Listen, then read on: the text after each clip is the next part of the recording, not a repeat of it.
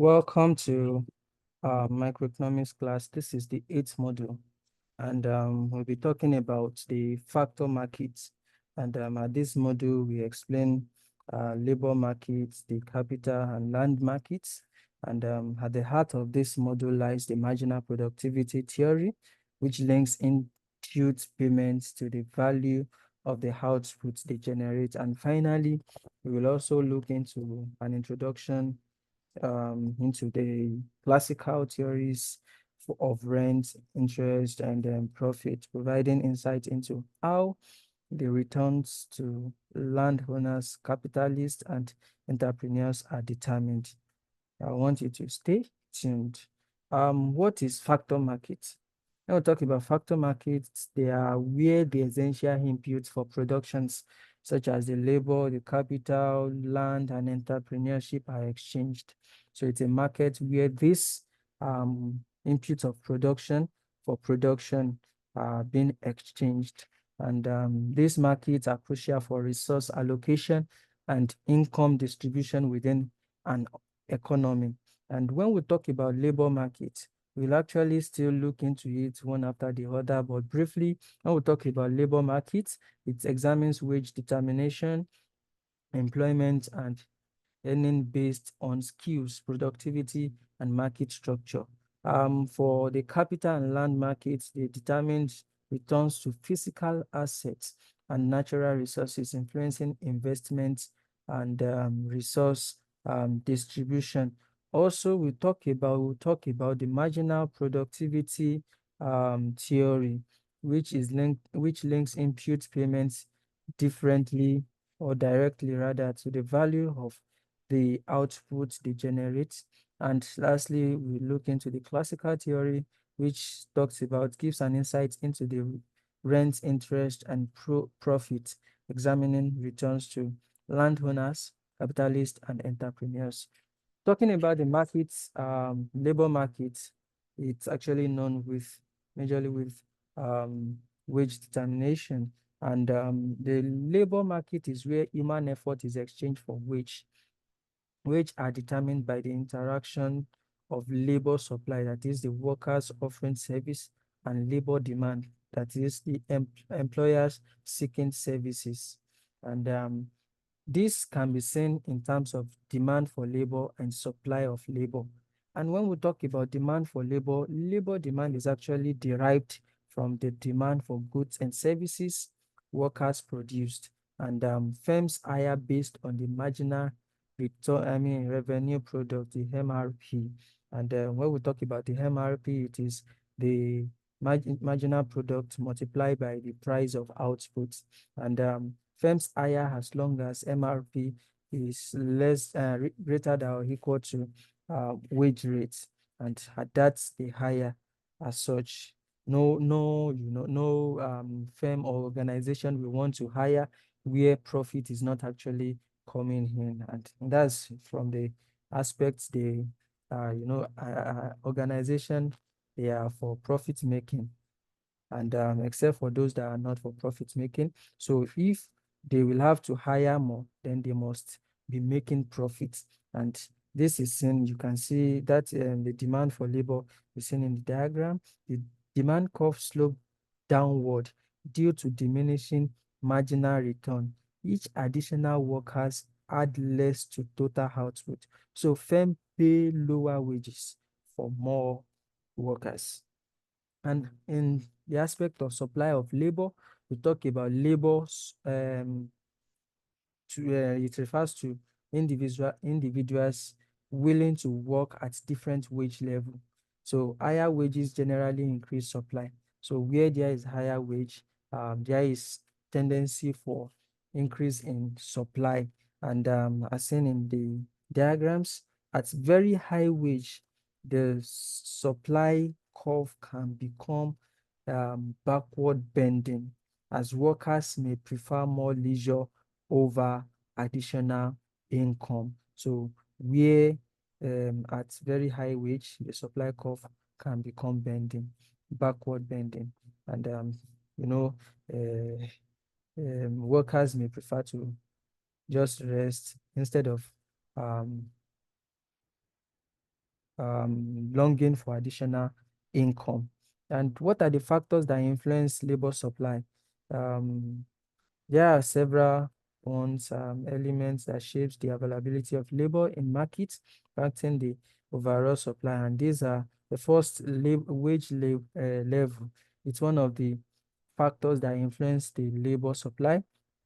Also, the working condition also is part of it, in terms of the safety, the flexibility, the enjoyability, or how they enjoy the environment, um, increase labor supply. Also, another is the alternative opportunities. Yeah, is one of the factors that influence labor supply, where better terms in other jobs or industries can cause workers to shift. And another one is the education and training. And for these factors, it's actually a factor that influence labor supply, where specialized skill may limit supply due to preparation time and cost. Another is the cultural and social factor in terms of traditions, gender role, and societal expectation, which influence participation. And the last one is the demographic and immigration. It deals with the age structure and movement of people, which affects local labor supply. We have the aspect of equilibrium wage in competitive labor market. And in perfectly competitive labor market, the equilibrium wage is where labor demanded equals labor supply. This is at equilibrium, where labor demanded is actually equals to labor supply, making both employers and workers price takers. And how equilibrium is determined is shown below. The equilibrium wage is the intersection of the labor demand and supply curve. And at this point, firm hire optimally. Also, workers are willing to work at that wage, find employment. The workers willing to work at that wage that was brought, finds employment. And also, no involuntary unemployment or job vacancy exists. And wage above equilibrium leads to unemployment, and wage below leads to shortage or underemployment. We have the dynamic adjustment in the labor market. And when we talk about this, labor markets are dynamic with equilibrium wage shifting in response to economic change. And some key scenarios that affect this are increase in the labor market demand, increase in the labor supply, and the market flexibility. As per the increase in labor demand, this is driven by higher product demand, technology improvement or economic growth, and shift in demand curve rights, leading to higher wage and more employment.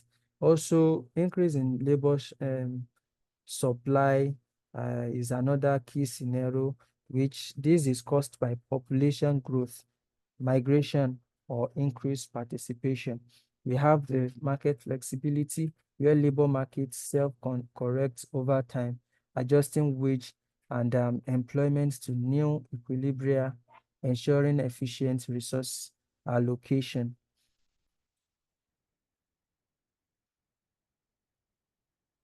We have also the imperfection in the labor markets. For this, real-world labor markets often deviate from perfect competition, leading to distortion in wage determination and employment outcome. And a number of factors distort wage uh, determination and employment outcome, leading to um, inefficiencies or inequality. And this can be in the form of monopsony power. This is a single dominant uh, employer can set wage below competitive level, leading to lower employment and wage. Another is the minimum wage law. If set above equilibrium, minimum wage can cause unemployment, especially for low skilled workers. while benefiting those employed. Another is the trade union. Through collective bargaining, union can raise wages above competitive level, potentially reducing employment. And lastly, discrimination. This talks about unequal treatment based on non-productivity characteristics leads to uh, wage gap and limited opportunities, reducing economic efficiency. For the capital markets, when we talk about capital market, it includes man-made goods like machines, buildings, and financial capital also. And firms invest when the MRP of capital meets or exceed its cost. And at this point, returns are typically interest or profits. Also, the determinants of the return to capital include productivity, productivity of capital, the risk level, the time preference, and the inflation expectation. These are the determinants of the return to capital, capital. And for land markets, the payment made for the use of land is called rent. And economic rent is the portion of payment to a factor of production that um, exceeds the minimum amount necessary to keep it in the time in its current use rather. And in the case of land, since its supply is fixed, all of its return is considered economic rent.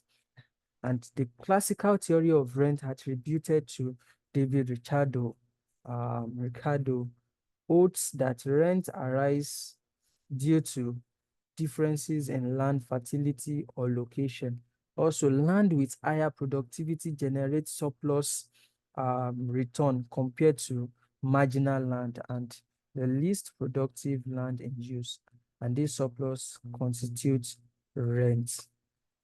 For the marginal productivity theory, MPT explains how the demand for production factors is determined, stating that firms hire units as long as their MRP exceeds or equals their cost.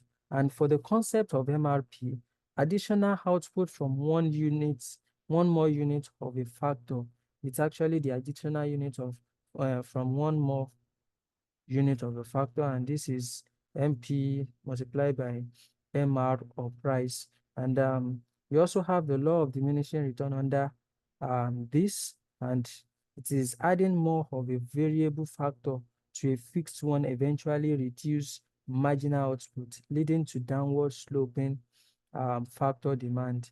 For the hiring rule, the firm employs factors until the MRP is equal to the marginal factor cost, maximizing profits. And the assumption and limitation of this is it assumes perfect competition, homogeneous factors, full employment, but it's actually criticized for overlooking market imperfections and social influences.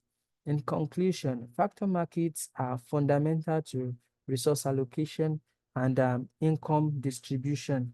Having an understanding of this is actually very, very important in analyzing economic issues like inequality and unemployment. And this is what we have looked into. And we've looked into the wage, interest, and rent, which are determined by interaction of supply and demand in their respective factor markets. We've also looked at the factor are compensated based on their contribution to output, as explained by the MPT. And also we've looked into monopoly in the market imperfection, whereby we see monopoly, union, minimum wage, and discrimination being a tool in distorting market outcome, leading to inefficiencies. And we've also seen rent, interest, and profit theory explain distinct reward for land, capital, and entrepreneurship, shaped by productivity, risk, and innovation.